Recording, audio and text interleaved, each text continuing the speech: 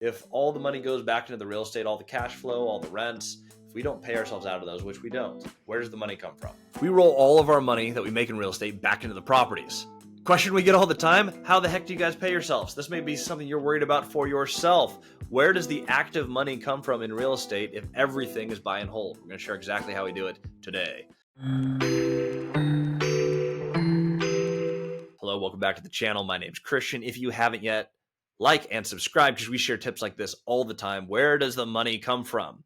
We talk a lot about how we spent $1 million in renovation.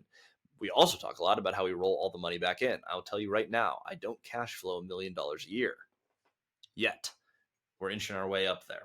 While we're putting together our business and you're coming out of build or stabilization phase in your cycle, this is something you really need to get figured out. Where am I going to make money? Do I continue to have a day job? Is there something in real estate where I can actually pull cash out? How do we do it? How do other people do it? I'm going to share 5 or 6 ways, if I think of another one while I'm talking, on this video. So don't skip any of these because one of these may be right for you. Number 1 is my personal least favorite, brokering.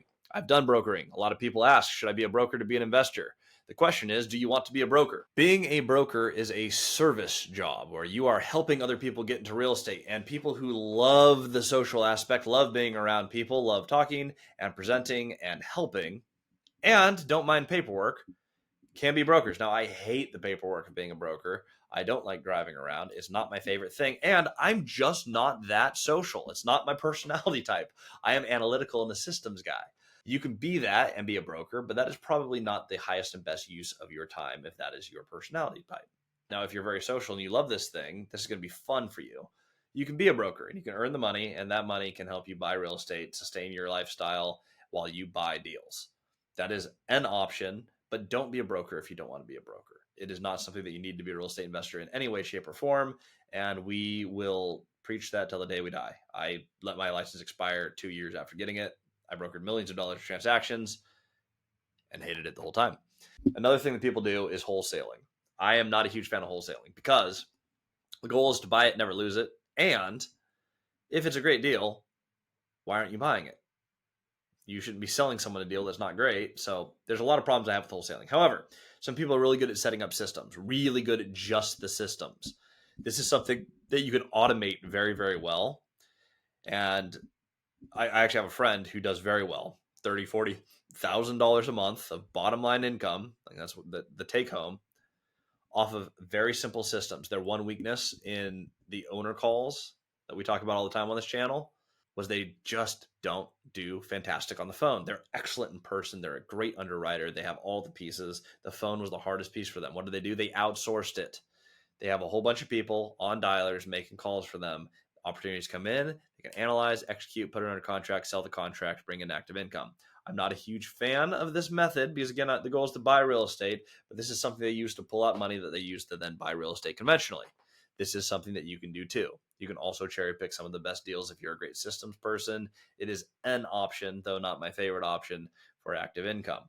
Another thing you can do, and this is what Cody and I do, you can flip multifamily properties. I would stay out of the house flipping. It is a dangerous game that's based on market values.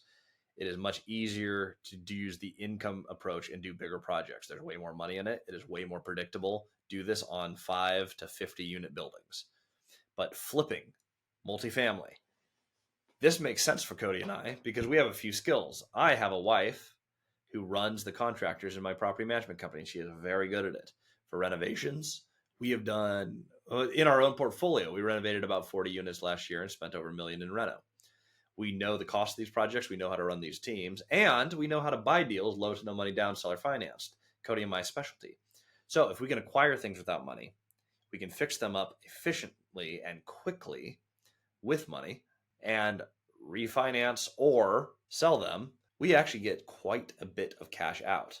Now, never do this in a market where you want to hold. If your goal is to hold real estate, then go ahead and buy it and do not sell it. But occasionally, Cody and I will find an out-of-market option. We see a great deal that we're able to put together. We'll do this deal and we'll actually flip it. Right now, we're working on a 35 unit in Kentucky. We can do these projects because we enjoy them and it is our specialty. Always play your active income to your personal strengths. This is one that I actually do like. It adds economic value. It is a fun challenge. You're taking on some risk for some reward. I like these types of projects. Flipping is going to be massively based on your risk tolerance and ability to execute. I know for a fact I have a team that can execute. Therefore, it is a viable option for me. But how do Cody and I really pull most of our money? If all the money goes back into the real estate, all the cash flow, all the rents, if we don't pay ourselves out of those, which we don't, where does the money come from? Usually once a year, when we have a large portfolio, while we're moving our pieces around, either to expand or to live off of, we will do one sizable refinance where we pay ourselves a couple $100,000. And we can use that to buy more deals. We can use that to pay bills, but that is the one time per year that we go ahead and pull some money out and distribute to the owners. On average, Cody and I do 3 refinances a day. We pay ourselves one of those, but I think for most people, $100,000 to $200,000 while you're building your business is more than enough for you to live on. So realistically, we buy enough property to where we can pull money out of one each year to cover all of our personal expenses. Everything else is extra. In addition, you can start businesses around real estate. I own a property management company. I am an employee of that management company. It is a insignificant amount of money I pay myself. I actually pay myself the minimum that I am allowed to pay myself and still be considered a S Corp. I have to be an employee. I have to take a salary, but I am extremely minimal. You can build companies. If you are a really good systems person, property management, I recommend against it because it's very low margin. We started an education company. Take the things that are your skill set and figure out how do I monetize these so that I don't have to pull money out of my real estate. What I like as a principle is if you can put money into real estate and never pull it back out of the real estate, you never pay yourself there, that is the best strategy I've seen. Just let it keep growing itself. The dividends from the real estate, grow the real estate until you hit critical mass, you pay off the debt, and then you have money for generations. That is the best way I've seen to play the game. How do you preserve it? Some type of active income. There are other ways to do it, but those are the main few. If you're wondering how we pay ourselves, the big ones for us, flips and one refinance.